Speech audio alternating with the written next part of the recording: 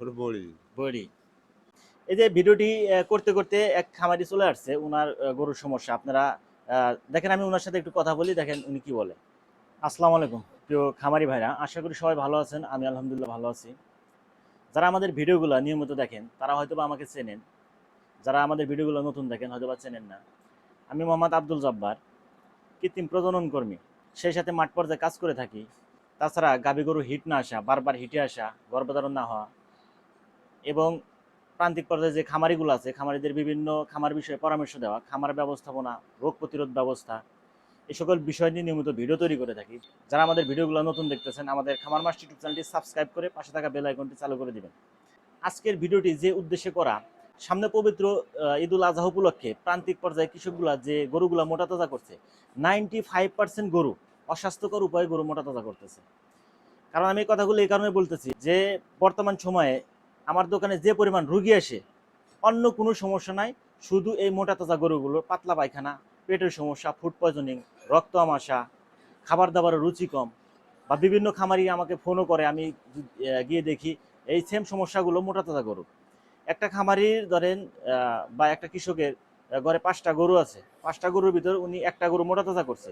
দেখা যায় যে বাকি 4টা গরু কোনো সমস্যা নাই, সব ঠিক আছে, কিন্তু যেই গরুটি উনি মোটা তাজা করছে এই গরুটির এই সমস্যাগুলো। এর কারণ কি? এর কারণ হচ্ছে অস্বাস্থ্যকর উপায়ে গরু মোটা তাজা করতেছে। আমি ওই কৃষককে যদি জিজ্ঞেস করি যে আপনার গরু যে এই সমস্যাগুলো হয়েছে, এই সমস্যাগুলো আপনি কি ধরনের খাবার দাবার খাওয়ান গরুকে, উনি বলবে এই তো গরুকে খড় খাওয়াই, ঘাস খাওয়াই, ভুসি খাওয়াই। যদি একটু টেকনিকে প্রশ্ন করা যায় তো উনি তখন ঠিকই বলে যে গরুকে উনি খুদের ভাত খাওয়ান বা মুরগির ফিট খাওয়ান বা স্টেরয়েডযুক্ত বিভিন্ন মেডিসিন খাওয়ান। একটা কথা, গরুর যে খাবার দাবারের রুচি কম বা ফুড পয়জনিং, পাতলা পায়খানা, এই সমস্যাগুলো মূলত খাবার দাবারের ত্রুটির কারণে হয়ে থাকে। এই যে ভিডিওটি করতে করতে এক খামারি চলে আসছে, উনার গরুর সমস্যা আপনারা দেখেন। আমি উনার সাথে একটু কথা বলি, দেখেন উনি কি বলে। এই যে একজন খামারি, উনি আসছে দোকানে ওষুধ নেওয়ার জন্য। আপনার গরু কি সমস্যা বলে? গরু খায় না। খায় না? কি খাওয়ান গরু? খুদের ভাত খাওয়াই, ভুট্টা খাওয়াই। মুরগির ফিট খাওয়ান না? না না না। আর ওষুধ কি ওষুধ খাওয়াইছেন? ওই জিং টিং খাওয়া আছে। জিং টিং। আর ডেগা শুনতে করলেন, এটা কি? ওর বড়ি। বড়ি। এটা খাওয়াইলে কি হয়? ওর গরু খাওয়ালে খায় বেশি বললো। ওর তো গত বছরই খাওয়া আছে, আর খেলে না। এখন খাওয়ান না। বিষয় হলো কি, গরু যখন মোটা তাজা করবেন, স্বাস্থ্যকর উপায়ে গরু মোটা তাজা করা লাগবে। এই যে আপনি গরুকে যে সিদ্ধ খাবার খাওয়াই দিচ্ছেন, এই সিদ্ধ খাবার খাওয়ানোর কারণে গরুর মুখে রুচি কমে গেছে। সিদ্ধ খাবার হচ্ছে মানুষের জন্য, মানুষের পেট গরুর পেটের মধ্যে পার্থক্য আছে। মানুষের একটা পেট, সরাসরি খাবার খাওয়ার পরে এই খাবারটা এনজাইম এবং অ্যাসিডের মাধ্যমে হজম হয়ে যায়, অবশ্যই। ঠিক আছে। আর গরুর যে পেট, গরুর পেটের ভিতরে একটা পেটের ভিতরে 4টা অংশ আছে। মানুষের খাবার হজম প্রক্রিয়া আর গরুর খাবার হজম প্রক্রিয়া একদম ভিন্ন, আলাদা। মানুষের খাবার সরাসরি হজম হয়ে যায়, আর গরুর খাবার কয়েকটা প্রসেসে যাওয়ার পরে তারপরে হজম হয়। বিষয়টা বুঝতে পারছেন? যখন আপনি অবশ্যই। গরুকে সিদ্ধ খাবার খাওয়াবেন, তখন এই গরুর রুমিনে থাকা উপকারী ব্যাকটেরিয়া, জীবাণু আছে যেগুলা ওই খাবারগুলা ভাঙবে না। না। ধীরে ধীরে উপকারী ব্যাকটেরিয়া এবং জীবাণুগুলো দুর্বল হয়ে যাব, একসময় মারা যাব। তখন ওই পেটে এই খাবারগুলো ভাঙার কোনো উপকারী ব্যাকটেরিয়া, জীবাণু থাকে না, ভিতরে কার্যকারিতা নষ্ট হয়ে যায়, যার কারণে গরু মুখে রুচি নষ্ট হয়ে যায়।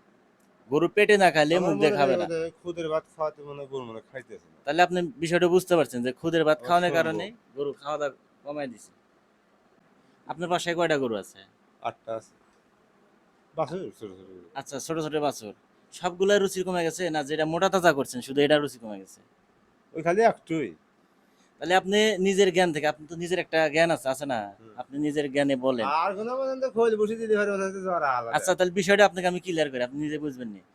আপনার আর যে কয়েকটা গরু আছে এই গরুগুলার সমস্যা নাই, কিন্তু এই গরুটার সমস্যা। তাহলে আপনার বোঝা লাগবে যে এই গরুটার খাবার দাবারের সমস্যা হতেছে।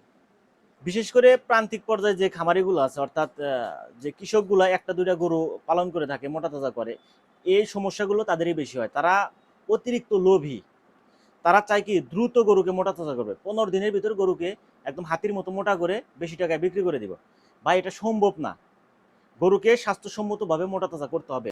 আপনি খোঁজ নিয়ে দেখেন, যারা বড় পরিসরে খামার করছে, অনেক কিছু শিখে জানে বোঝে খামার করছে, তারা দেখেন, খোঁজ নিয়ে দেখেন, তারা কোনোদিন সিদ্ধ খাবার খায় না, মুরগির ফিডও খায় না। তারা স্বাস্থ্যসম্মতভাবে গরু মোটা তাজা করার জন্য যে সুষম পুষ্টিকর খাবার, অর্থাৎ ব্যালেন্স খাবার যেটা, সেটা দিয়েই তারা গরু মোটা তাজা করে। তারা কখনো লস করে না। গরু পালন করতে হলে আপনাকে জানতে হবে, শিখতে হবে, আধুনিক খাবার ব্যবস্থাপনা নিয়ে স্বাস্থ্যসম্মতভাবে গরুকে মোটা তাজা করতে হবে। ধরেন আপনি এক বছরে আপনি একটা করে গরু মোটা তাজা করেন, বছরে আপনি 3 মাসের প্রজেক্ট বা 4 মাস করে গরু পালন করেন, মোটা তাজা করে বিক্রি করে দেন, বছরে আপনি 4টা গরু মোটা তাজা করেন। 4টা গরু যদি স্বাভাবিকভাবে স্বাস্থ্যসম্মতভাবে মোটা তাজা করেন, দেখা যায় যে আপনার 20,000 করে 4টা গরু 80,000 টাকা লাভ হয়। কিন্তু যখন আপনি অবৈধ উপায়ে সিদ্ধ খাবার, মুরগির ফিড, স্টেরয়েডযুক্ত মেডিসিন দিয়ে গরু মোটা তাজা করেন, হয়তো বা আপনার 10,000 টাকা বেশি লাভ হয়, কিন্তু দেখা যায় 4টা গরু পালনের ভিতরে আপনি একটা গরু নিয়ে বিশাল ঝামেলায় পড়ে যাবেন। যে ঝামেলাটা ফেস করতে আপনার বাকি 3টা গরুতে যে লাভ করছিলেন ওই লাভগুলো একটা গরু খায়া ফেলাবে। এমনও হইতে পারে আপনার ওই গরু ফিরানো সম্ভব হবে না, মারা পর্যন্ত যেতে পারে। তাহলে বছর শেষে গিয়ে আপনার হিসাব কি মিলল? অতিরিক্ত লাভের আশায় আপনি 3টা গরু থেকে যে লাভ করছিলেন একটা গরু সেই লাভটা নষ্ট করে দিয়ে গেল। অতএব আপনি এই অতিরিক্ত লোভে পড়ে অস্বাস্থ্যকর উপায়ে গরু মোটা তাজা করেন না। আপনার স্বাস্থ্যসম্মতভাবে যে খাবারগুলা গরু দেওয়া প্রয়োজন দ্রুত মোটা তাজা করার জন্য, ব্যালেন্স যে খাবারগুলো, এই খাবারগুলো দিয়ে গরু মোটা তাজা করেন। এতে আপনার রিস্ক কম থাকবে, বছর শেষে গিয়ে কিছু লাভের মুখ দেখতে পারবেন। আশা করি বিষয়টি বুঝতে পারছেন। আমার ভিডিওগুলো যারা দেখেন, বিশেষ করে প্রান্তিক পর্যায়ে কৃষক যারা একটা দুইটা গরু মোটা তাজা করে থাকেন, এরকম অস্বাস্থ্যকর উপায়ে মুরগির ফিড, সিদ্ধ খাবার বা স্টেরয়েডযুক্ত মেডিসিন দিয়ে গরু মোটা তাজা করে থাকেন, আশা করি আজকের পর থেকে আর এই অবৈধ উপায়ে গরু মোটা তাজা করবেন না। ভিডিওটি ভালো লাগলে অবশ্যই একটা লাইক দেবেন।